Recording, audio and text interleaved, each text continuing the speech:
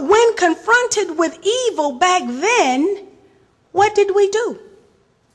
Not too far away from this very place, Mario Savio of Berkeley's free speech movement told us what to do.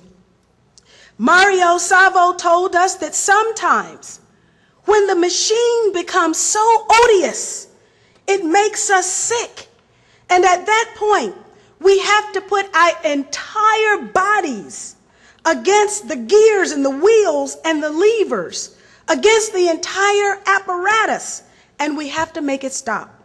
And that we have to say to those who own the machine that unless we're free, we'll prevent the machine from working at all. There's a time when the operation of the machine becomes so odious, makes you so sick at heart that you can't take part. You can't even passively take part. And you've got to put your bodies upon the gears and upon the wheels, upon the levers, upon all the apparatus, and you've got to make it stop. And you've got to indicate to the people who run it, to the people who own it, that unless you're free, the machine will be prevented from working at all.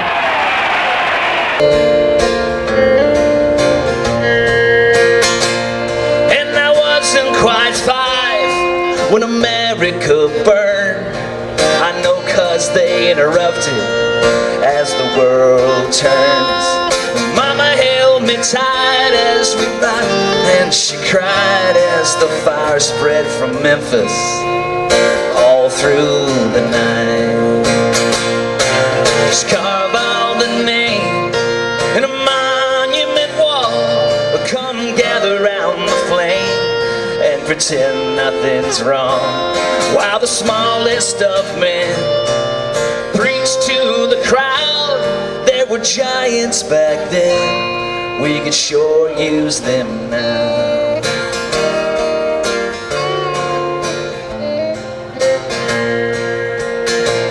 And I was still in high school when the disc jockey said on a Manhattan sidewalk a songwriter lay dead. He was survived by a wife and 2 kids and millions of dreamers, his words and his wit. Just carve all the names on a monument wall, but come gather round the flame and pretend nothing's wrong, while the smallest of men play to the crowd. There were giants back then, we could sure use them.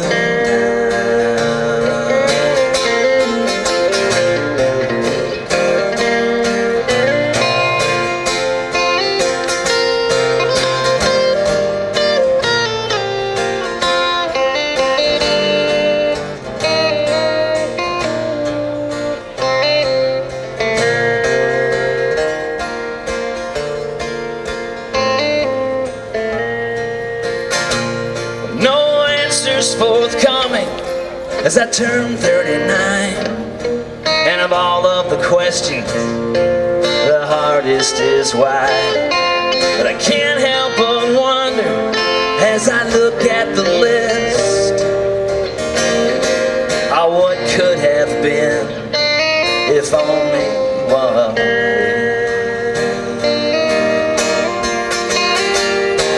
Just carve all the names in a monument wall, or come gather round the flame and pretend nothing's wrong, while the smallest of men smirk at the crowd. There were giants back then, we can sure use them now. There were giants back then, we can sure use them now. There were giants back then, we could sure use them.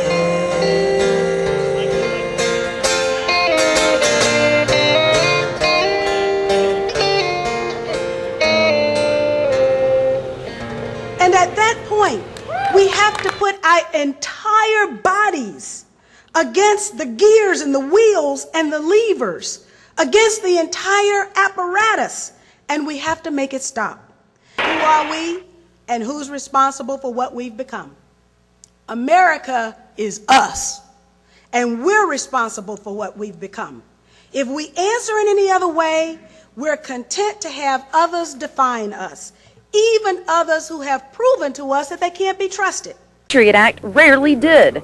That is, until we interviewed Assistant U.S. Attorney Ron Seaver. The very first thing the Patriot Act does is allows the FBI and the CIA and Department of Justice and other agencies to cooperate with each other and share information so that we can make sure we can spot, identify terrorists, and hopefully prevent terrorism. Why have 300 House members then rejected it?